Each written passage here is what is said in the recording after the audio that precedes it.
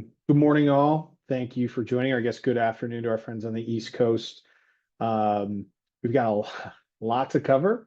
We're going to try to cover most of it in the half hour, though we acknowledge, frankly, we received a lot of questions ahead of time. There's probably a lot of questions still outstanding. Through our comments, we're going to try to address most of them as we get going here. But it's going to be a busy half hour. So here's what we're going to attempt to do. And by the way, good morning. I'm Brad Long, Managing Partner and Chief Investment Officer here at Fiducian Advisors. For those of you that have joined our previous WebExes, typically we do a quarterly WebEx where we kind of look in the rearview mirror, talk about what's going on in markets, and have a conversation relative to the first quarter. We're not going to do that today.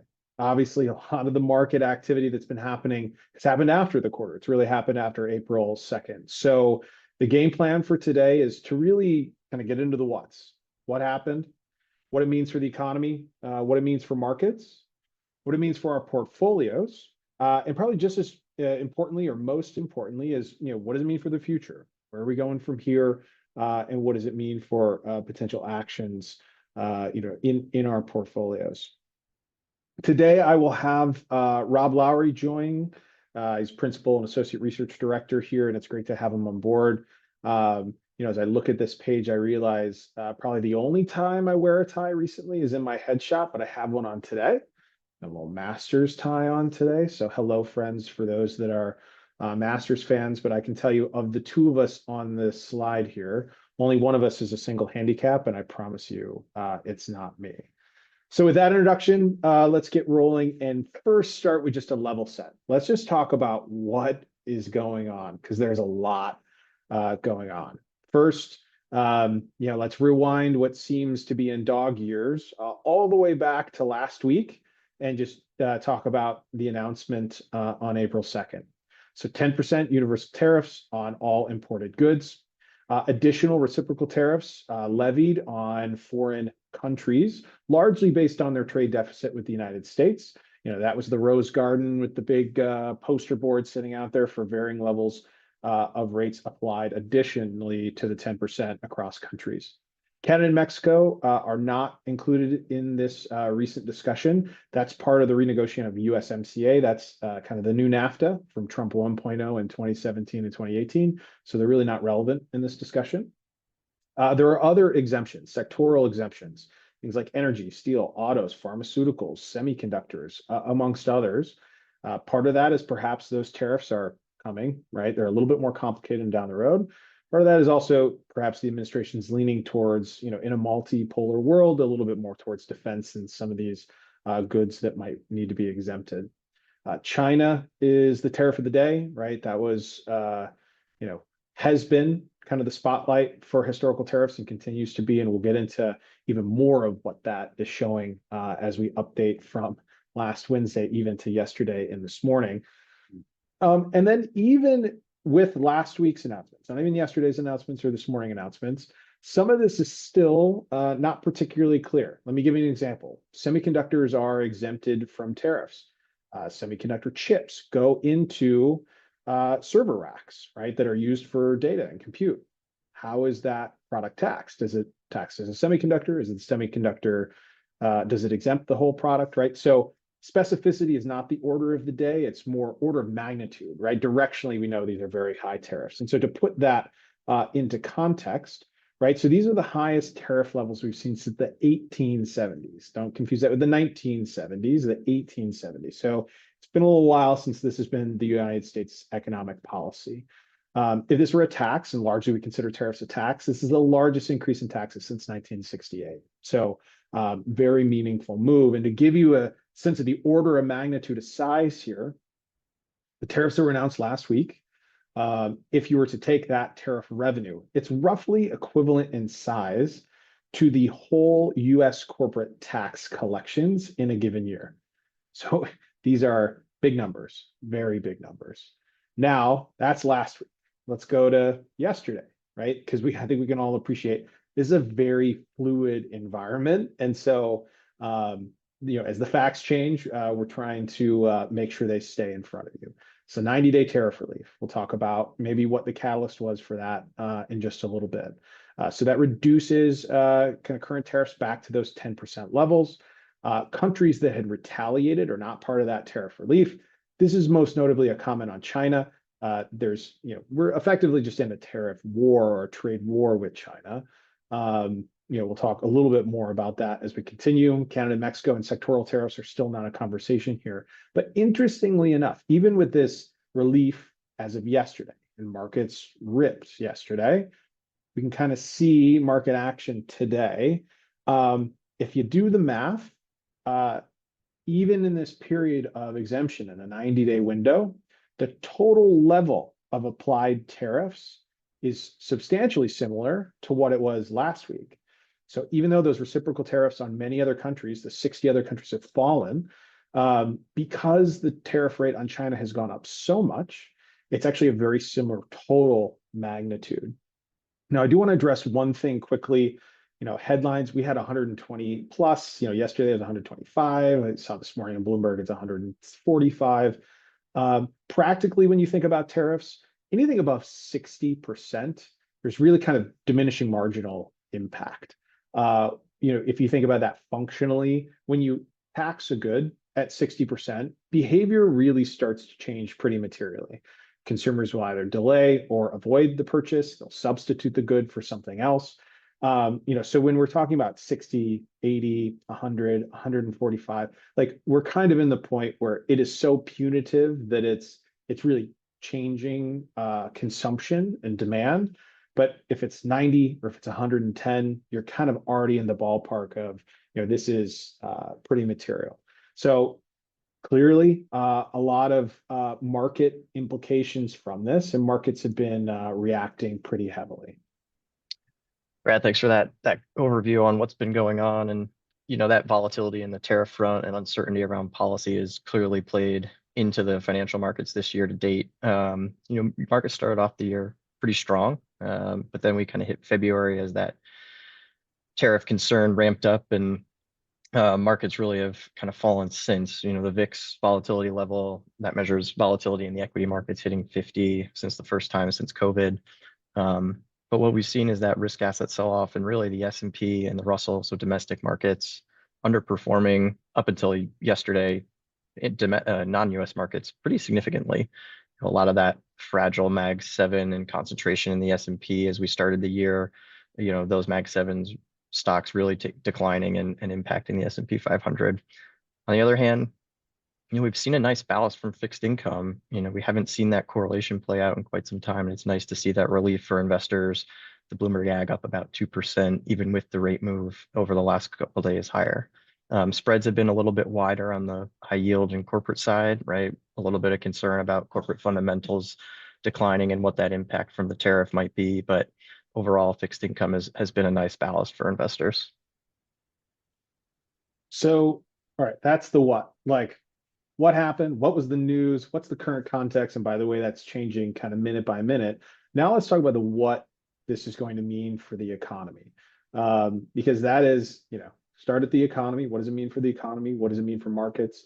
And kind of work our way down to portfolios. And so if we think about tariffs and just behaviorally, how we interact with the live and dynamic economy that's out there, right? It has a number of influences. And interestingly enough, we think in the short term, there's a bit of a jump here in two ways, and then there's a fade. So what do we mean by that? The first jump is economic activity. So, if anyone on the line has been thinking about buying a car and I'll get around to it this summer. Well, you're looking at tariffs, and that's a known quantity out there. You're saying, well, instead of paying the extra $6, $8, $10, $12, $15,000 more for a car, I should probably go buy that car today, right? So we pull forward consumption because we believe that prices will be rising. And so that will actually increase economic activity in the short term. Mathematically, right, if tariffs that are being discussed today are input, then that is a stair step up in inflation as well. So we get this jump. We get a jump in economic activity. We get a jump in prices. But now pause for a moment and think. I know many of you on the line are CEOs. If you're not, think as a CEO for a moment and say, okay, I run a business, and now this business is exposed to a tariff. So I have a couple options. I can increase my prices to the the people who buy those goods. Obviously, that's inflation. I can eat the tariff, right? My profits will go lower by that percentage of tariff because the cost has gone up, or some combination of both. And so, as we think about ultimately, as tariffs become policy, and policy starts affecting companies and consumers, that there is a negative growth effect, right? So this is some estimates on kind of fully loaded or limited trade tariff impacts on GDP, across the globe.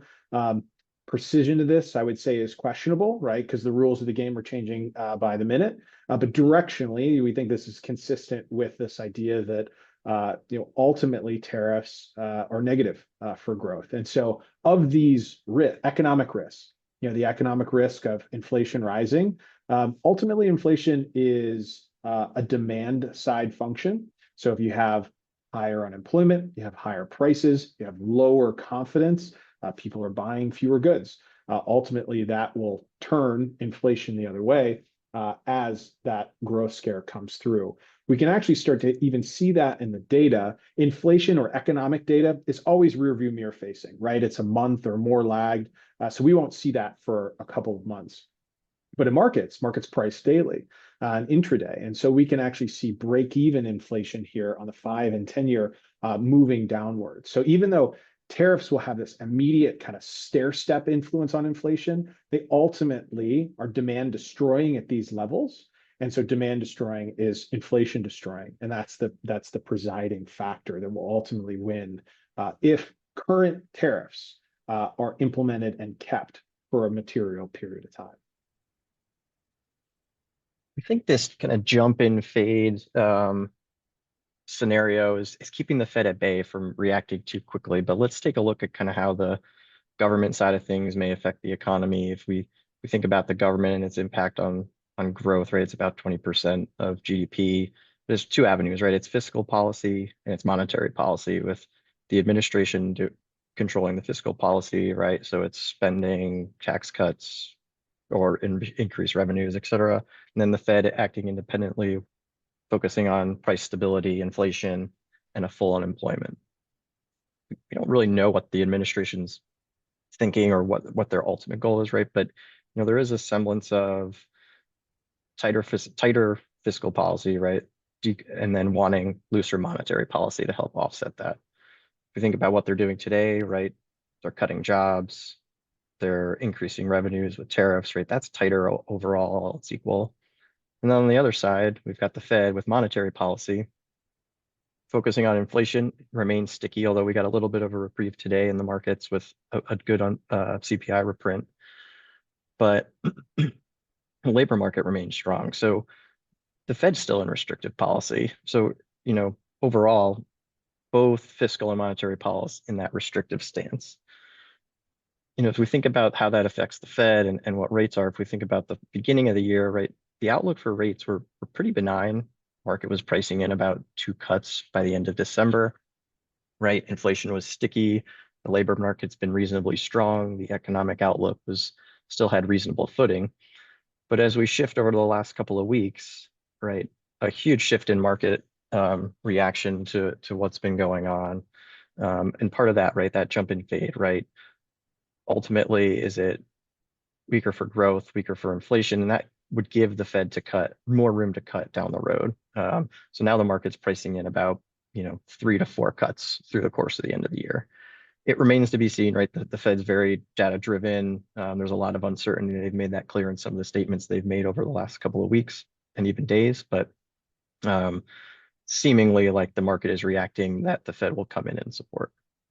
And as we react to volatility or see volatility on the screen from a day-to-day perspective, right? The Fed's in a tough spot with a dual mandate of inflation and full employment. And in the short term here, the former of which, inflation, could potentially be rising, even though the probability of unemployment also rising is a little bit down the road. So, unfortunately, the Fed and the administration are not perfectly aligned at this very moment.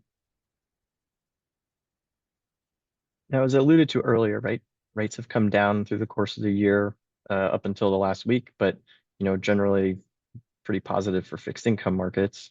But in the last couple of days, we've seen volatility spike in the rate market as well. The MOVE index, right, the VIX equivalent for fixed income, went over 120 the first time since the global financial crisis in 2008, 2009. So really big interest rate moves over the last few days. What's been driving that? There's been a couple of things. There was concern about the Treasury, the 3-year Treasury auction earlier in the week being pretty unsubscribed, thinking that would spill into the 10-year mark, the 10-year auction a couple of days ago. That seemed to play out okay. There was good demand there. There was some unwinding of the hedge fund basis trade that's been talked about in the market, some selling there.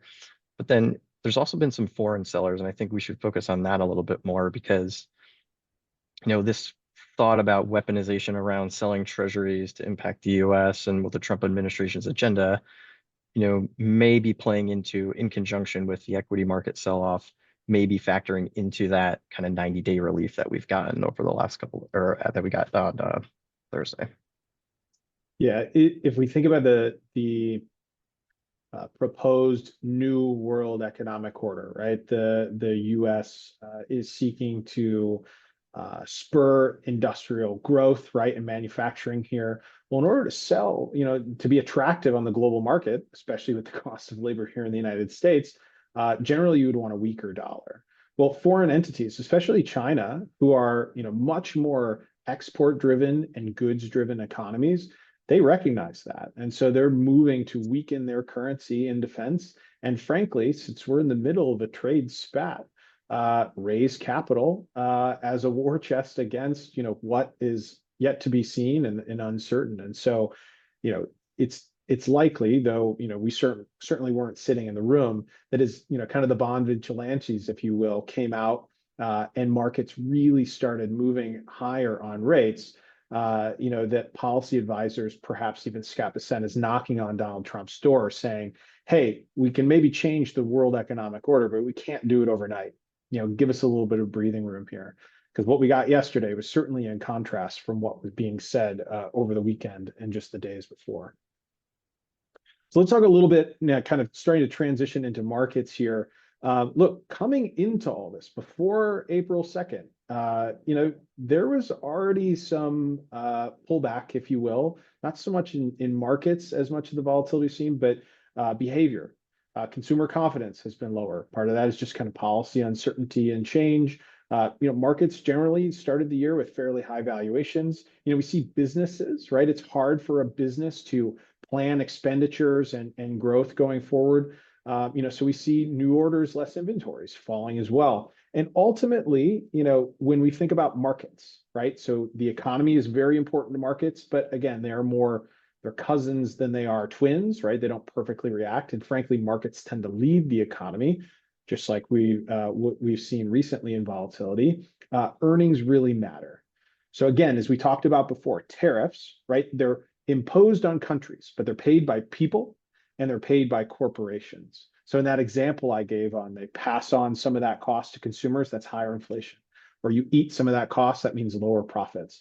Well, again, if you're that CEO or you are a CEO on the line, many of us know the largest single line item of expense on most businesses globally and in the United States is people, right? It's wages, it's labor.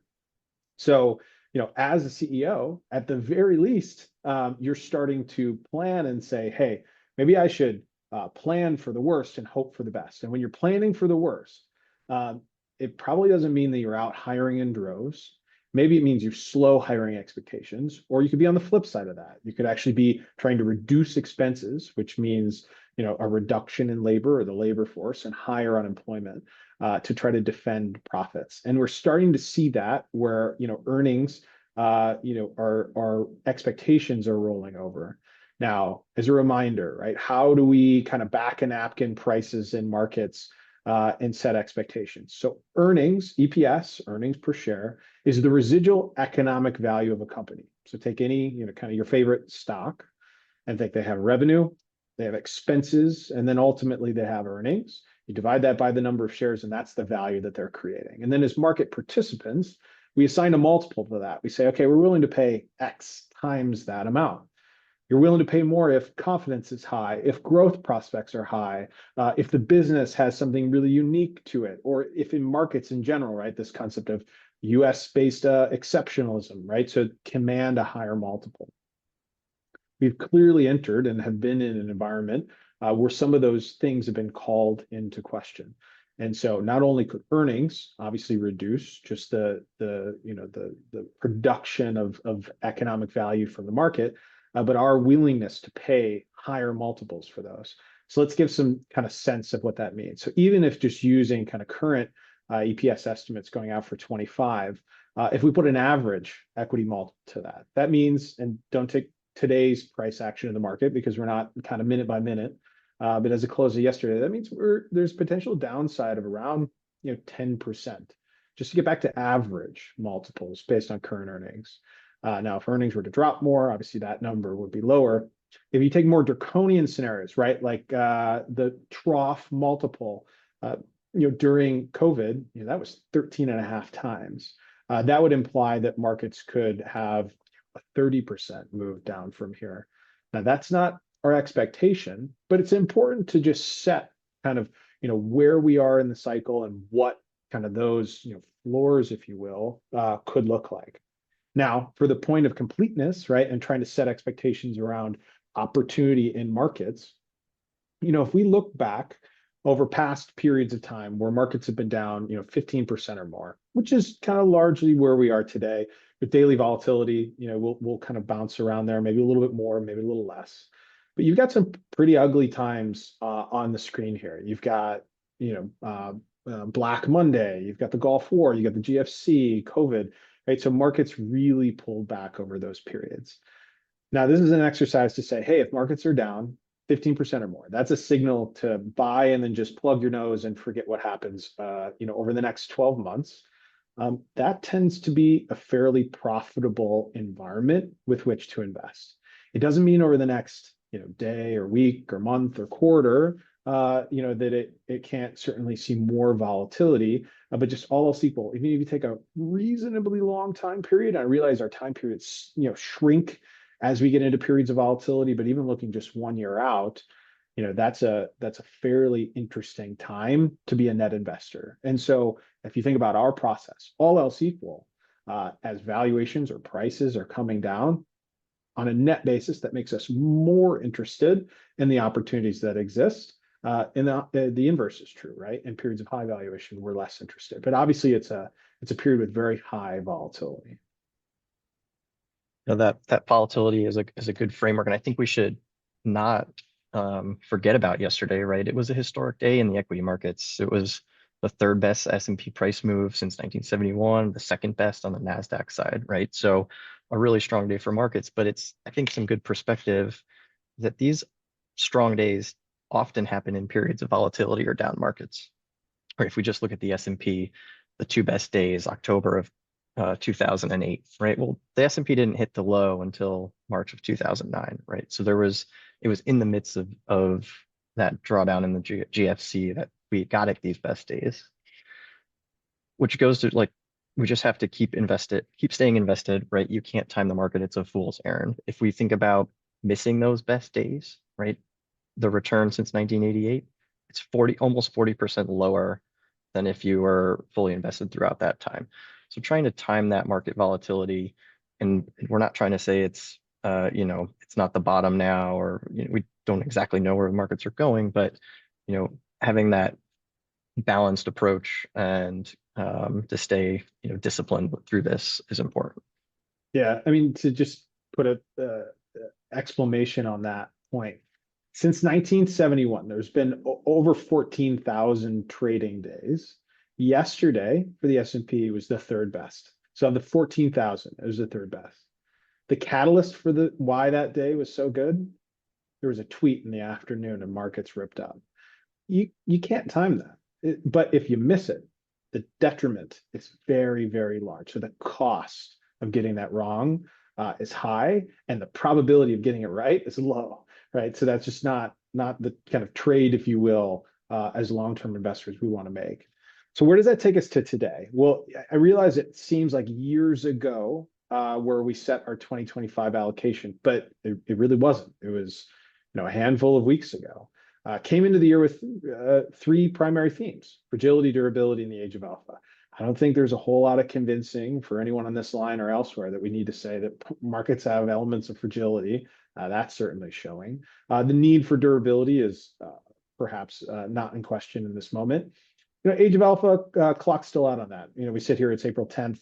There's a lot of wood to chop for the rest of the year. But there is, given these levels of volatility, there are opportunities as a result of that, right? And so the utilization of some active strategies in those places or alternatives, right? We don't know what hedge funds have done for the month of April. We won't know until mid-May. My guess is that they've probably performed better than the market in aggregate in the period down, but we'll see in the next couple of weeks. So by and large, coming into this, I feel like we positioned very well relative to kind of what has been presented as a point of volatility. But still, we get a lot of questions like, so how is this going to end up? And the honest answer is, of course, we don't know. Nobody knows. But let's try to paint a little bit of a picture here of how this could potentially evolve. So first, is kind of my mother says, start with the bad news and let's work our way out of the hole. So, bear market. Current levels of tariffs persist or even grow from here, kind of tariff on tariff violence, right? You get retaliatory tariffs, a la what's going on with the US and China today. And not just that those exist, but they exist for a material period of time in which they start to affect economic behavior, companies' earnings and profits. And it starts to lead us towards, kind of a classically led recession. So you get unemployment rising as businesses look to defend profits. They start to shrink their labor pool. That means unemployment is higher. Demand for goods is lower. You get the picture. It's not hard to paint. Now, I will say, look, the manner in which this recession has come about is unique, as is every recession in the past, the facts and circumstances leading up to it. But recessions are not unique at all. They happen on average every 6.5 years. Ultimately, too, the volatility that comes from recessions creates opportunity. So I don't want to imply that, if a recession comes, that it's the end of days, but obviously no one enjoys a recession. Flip side, bull market, extreme tariffs perhaps provide a strong platform for better than expected negotiations. Those are used for tools for setting a better foundation, for forward opportunities for perhaps domestic manufacturing, but just for even U.S. companies.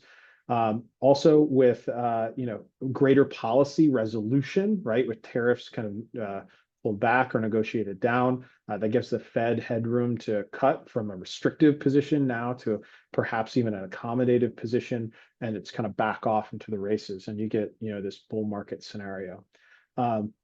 Frankly, as with, most examples in life, like reality is likely to live in the middle, somewhere between those two, in which, we may have this kind of period of which negotiations are occurring, not perfect resolution, market concern as perhaps reflected today in prices, but ultimately, we'll kind of get to the other side of this.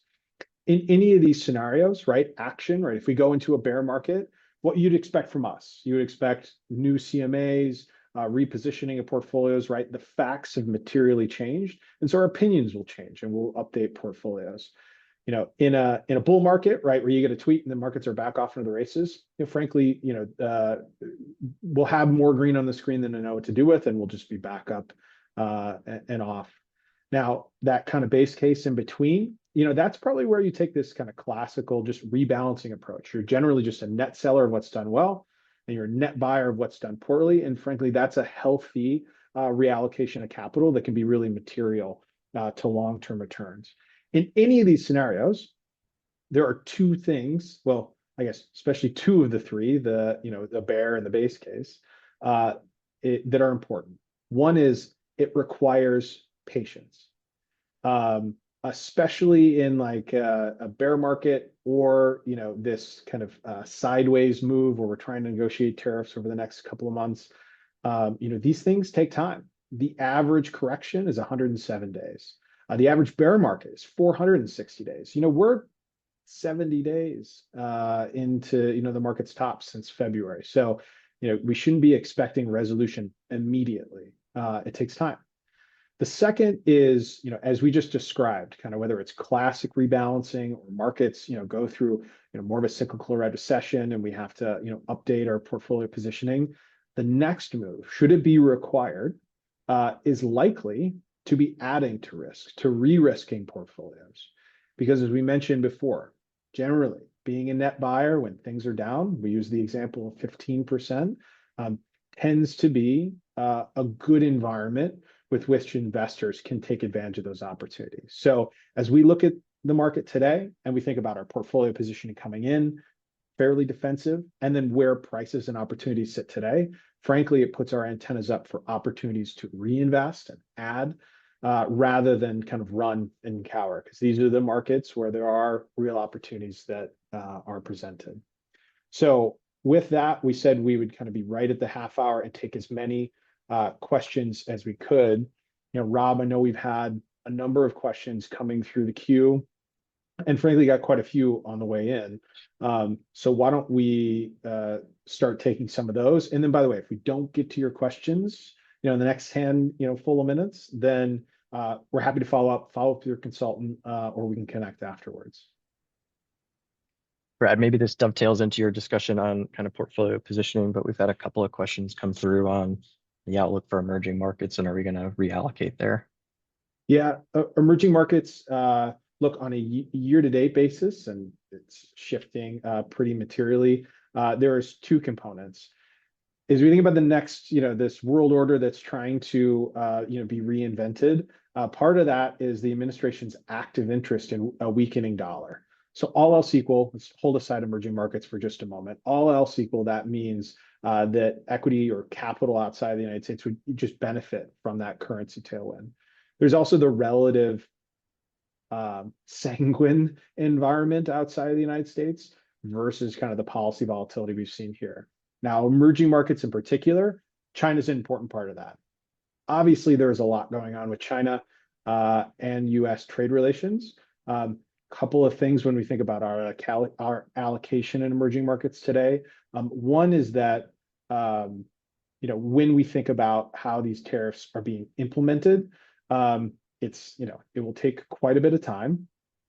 The second is that, as we look at kind of Chinese companies or opportunities there, most of our exposure there is active, right? So it's investing in active management that can hopefully mitigate some of the export risks associated with the U.S.-China relations.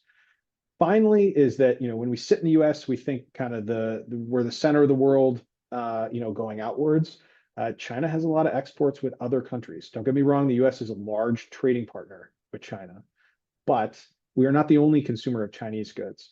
And so, those sales, right, those businesses, they can be selling goods or more goods into Europe, Latin America, other parts of Asia, and likely will as a result of recent tariffs. So, we will have to wait and see how, kind of China and U.S. tariffs develop. It's an interesting power dynamic where the U.S. perhaps has the upper hand because we have kind of a less of an export-based economy versus China has more of an exports-based economy. Where we have the less power is we don't have the benefit of time. We have a democratic system where, elected officials sometimes thinks in weeks, not years or decades. China has the opportunity, better or worse, to be a longer term and kind of steadfast. So we'll see how that develops very closely. We had another question come in on if the majority of tariffs are reversed, and we've talked a little bit about kind of the market volatility and the snapback or potential for that in markets. How long do you think it will take markets to recover? Yeah, it's a great question. It's one that, frankly, yesterday was a great example of. There was no resolution yesterday. There was just pause and kind of something that is not close to being resolved. And so markets don't need full resolution. They just need indication that resolution will occur. So we don't have to have all of the answers for markets to move ahead. Markets are discounting mechanisms. They look into the future.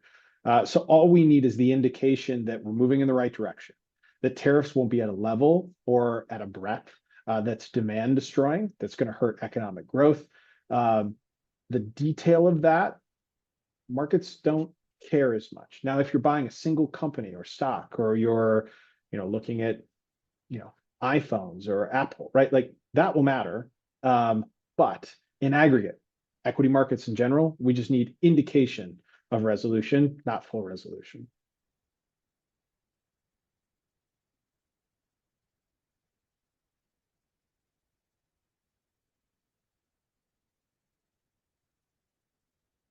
You touched on it a little bit with the emerging markets question, Brad, but you know, the administration's tariffs and what will that impact be on the alignment with China and other economies outside of the U.S.?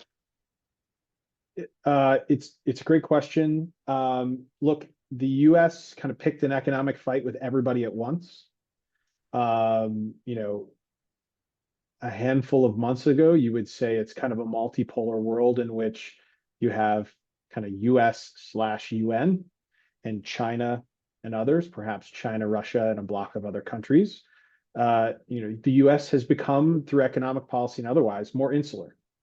I don't think that completely changes global behavior and trust and trading patterns. And all of a sudden, you see the EU cozy up to China in a very different way than they have over the past multiple decades.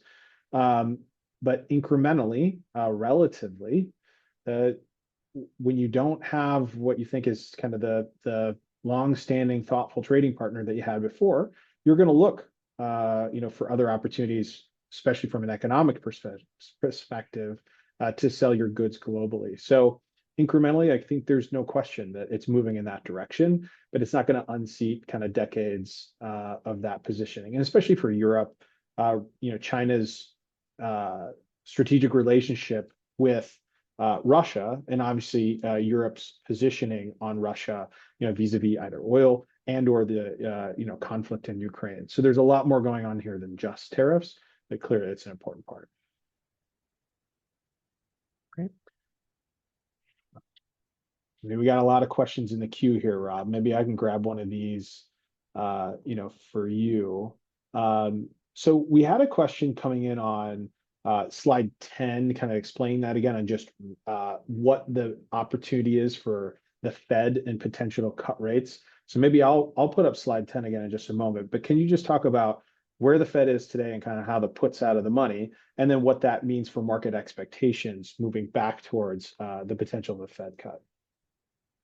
Yeah, as you bring up those slides, so the Fed's at 4.25, 4.5 from a target rate perspective, and right, they're trying to target full employment and price stability, and we've got kind of those forces keeping the Fed at put right now, right? It's inflation came down a little bit today, but forward looking in the near term, tariffs are inflationary, but as we saw in that kind of jump and fade, right? Maybe long term it's a little less impactful on the inflation front, and inflation comes down as demand falls. And the job market's still strong. So if you think about the start of the year, right, kind of keeping the Fed there, they're very data driven. As we shift kind of to today, right, the market is now pricing in a higher probability of more Fed rate cuts through the course of 2025. Really with the inflation kind of remaining where it is, but with the outlook of this is probably more impactful on the labor market growth, et cetera, and the Fed's going to focus on that a little bit more. So what the chart is saying or showing, right, it's the market probabilities of where the Fed funds rate will be in December. So if the blue lines are what those market probability was at the beginning of the year, right? So the bulk of the probability in that 1 to 2 cuts. And as we shift to today, right, the green bars where the market's pricing that Fed funds rate will be at the end of the year. Yeah. I mean, it's an interesting time that, the Fed's stuck a little bit between a rock and a hard place, right? Where they do not have enough kind of certainty, if you will, to move policy rates lower. Yet it seems they seem pretty convinced, along with clearly market prices, that the risk of unemployment is higher. We had a lot of questions ahead of time and in the chat queue right now. Hey, it's different this time. You know, what can I do? And the source of that varies quite a bit. Some of that is kind of politically led, right? This is an emotionally charged market environment because it also feels just as politically connected, and we know what politics tends to do with our emotions. By the way, our emotions tend to betray us when it comes to good investment decisions. But this idea of it's different this time, it could be worse. I would say a few things quickly. One is that it's always different this time. The fact and circumstances that got us here are different than any other point in history, period.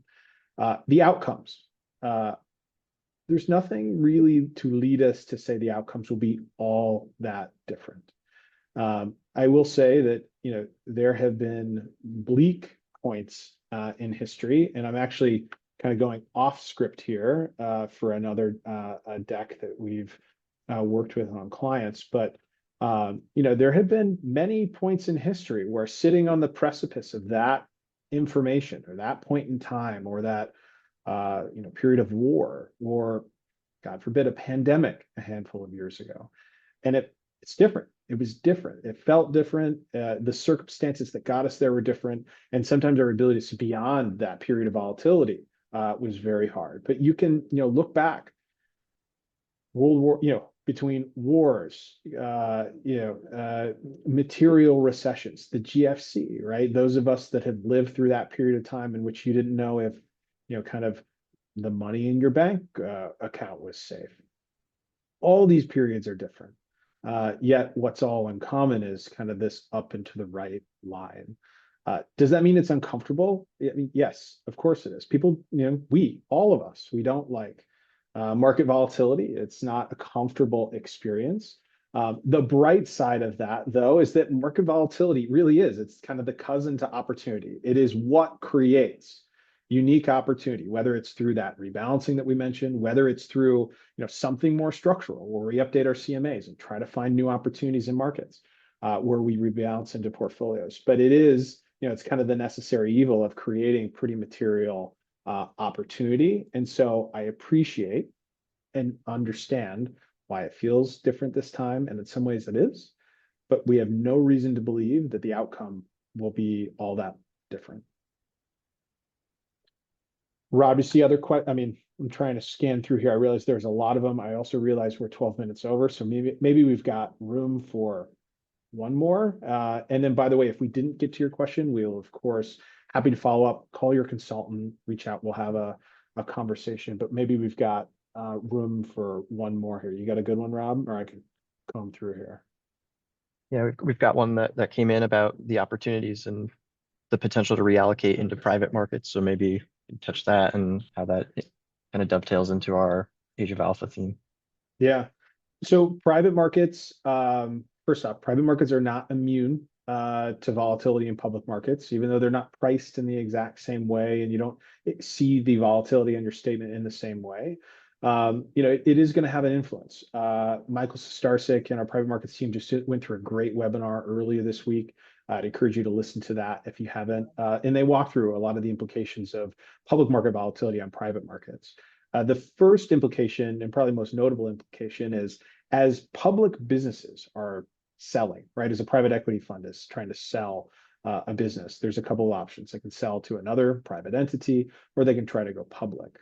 Those that are seeking to go public through an investment or initial public offering, markets kind of close down capital markets activity in periods of volatility like this. So it could extend the period of potential sale of those businesses. So that's just one potential impact. The second is in periods of volatility, as I just mentioned, that create opportunity. That is the same in private markets. Potentially the prices for businesses is different and perhaps lower, than it would have been without this period of volatility. So just like you see opportunities increasing in public markets, you also see opportunities increasing in private markets. Unlike public markets, there's not that you ever try to time public markets, but in private markets, if you invest a dollar today, it's going to be invested over the next handful of years, in a private fund. So even if you think, hey, I could time the markets today because they're low and they're down, that's just not how private capital works. So private is a great secular, right? A long-term allocation. And being a net buyer in periods of volatility like this, all else equal, is good. But if you think kind of trading one for the other, that's not quite how the capital trades, and it's obviously not something that we would recommend in public or in private markets. So we realize and recognize, we're a good bit over here. I'll say a handful of things in closing. One is that we appreciate periods of volatility in markets are uncomfortable, and the circumstances in which we arrived here can also create unease. That unease is kind of the necessary evil of opportunity. It's something that our investment committee actually met last Monday night, walked through a lot of the opportunities going on in markets today, and it's something that we're watching very acutely. So as the facts change, right, as the opportunities change, so may our opinions, and we'll update those. Should market volatility persist and become meaningful, or change, or worsen, right? This is not the last time you'll hear from us, and we will lean in. So if this is creating unease, concern, question, comment, what do I do? Pick up the phone, call your consultant. Your consultant will probably be calling you, but regardless, we are here. These are the times where we truly think there's incredible opportunity and meaningful, trust that is in place in what we do. And so we're very much on top of what's going on, feel like we're positioned very well coming into the year, and that the opportunities are only ever increasing from here. So if that unease is potentially compelling you to some different action, please pick up the phone and call. We want to be that trusted partner. So thank you all for dialing in. We appreciate the time. And if you have questions that we didn't get to, I know there was many in the queue, just follow up and we'll address them later. Thank you so much.